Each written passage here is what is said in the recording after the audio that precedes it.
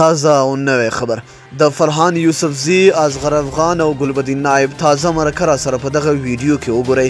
آیا رښتیا هم ګلبدین نایب او اصغر افغان سره یو ځای شول؟ ویډیو را سره تر پایه وګورئ، په ډېر څه به پوه شئ. ګرانو او زړه ته رانږدې مینوالو، السلام علیکم.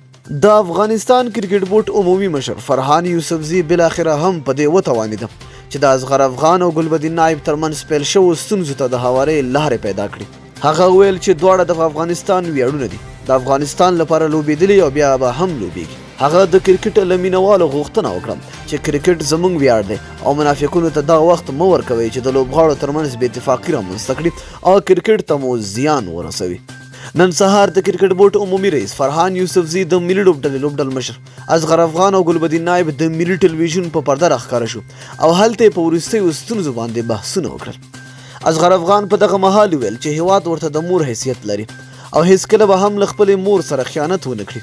هغه د ګلبدین نایب د خبرو په ځواب کې وویل چې کله هم د کپټانۍ لپاره لوبه نه ده کړې، بلکې تل د هیواد ګټې مخې ته ایښي دي او په دې اړه له کرکټ بورډ مسؤلینو غوښتنه کړې ده چې ملامت او سلامت دې معلوم کړي. همداراز ګلبدین نایب په خپلو خبرو کې ویل چې هغه د کرکټ بورډ او چیرمن پریکړې ته احترام لري. هغه همداراز د اصغر افغان د لوبډل مشرۍ ستاینه هم وکړه او ویل چې اصغر افغان سره مخکې هم لوبه کړې ده او هغه د افغانستان ملي لوبډلې یو ویاړلی لوبډل مشر پاتې شوی دی. ګلبدین نایب زیاته کړه چې هغه ته تر هر څه د هیواد ګټې مهمې دي او هر کله چې د هیواد ګټې وي او هغه ته اړتیا پیښه شوه هغه به حاضر وي او د هیواد د ګټو پر وړاندې هیڅ ته هم نه ګوري. همداراز اصغر افغان هم د کرکټ له مینوالو غوښتنه وکړه چې په هره خبره کې جذباتي کیږئ مه او دې ته لږ فکر کوئ چې یو شمېر خلک د هیواد د کرکټ د تباهۍ لپاره کار کوي. د افغانستان کرکټ بورډ عمومي رئیس په بریالۍ توګه د دغه ترمنځ ستونزو د هوارۍ لار پیدا کړه.